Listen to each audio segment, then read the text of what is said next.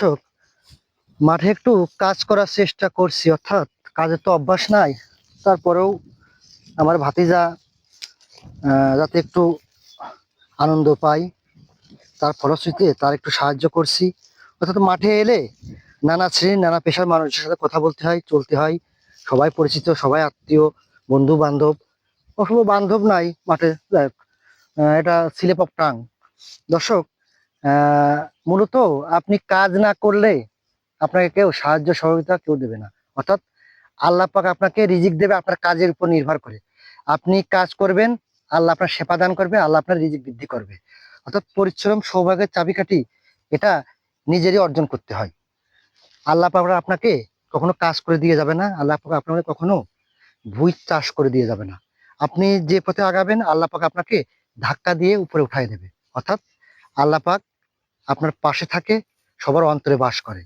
আপনি যেভাবে আগাবেন ঠিক সেভাবে আল্লাহ পাক আপনাকে সফলতা দান করবে। আমার এই যে ভাতিজা, এই যে এই যে এটা ধনিয়া বলে না, এই যে ধনিয়া চাষ করেছে। এই ধনিয়া একটি মশলা জাতীয় ফসল, এটা তীব্র ঘ্রাণ আছে। এটা বিভিন্ন রান্না বাড়া ভিতরে দিলে অনেক সুস্বাদু হয়। মূলত এর ভিডিও আগে দিয়েছে, এ প্রসঙ্গে কথা বলবো না। সেটা হচ্ছে যে আমরা গামছা খুলে গেল, একটু কাজ করার চেষ্টা করি।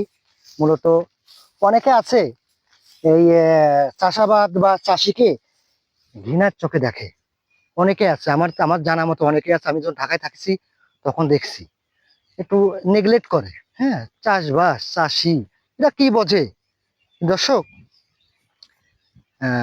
একটা পরিসংখ্যান আপনারা অবশ্যই বুঝতে পারেন বললে, এই চাষি ফ্যামিলিতে বা গ্রাম থেকে যতটা ছেলে মেয়ে আপনার বিশ্ববিদ্যালয়ে পড়াশোনা করে, শহর কেন্দ্রিক কিন্তু খুব কম, নগণ্য। অর্থাৎ শহর কেন্দ্রিকের যে ছেলে মেয়ে তারা সবসময় ব্যবসা কেন্দ্রিক, অর্থাৎ আপনাদের তাদের ঝোঁক থাকে।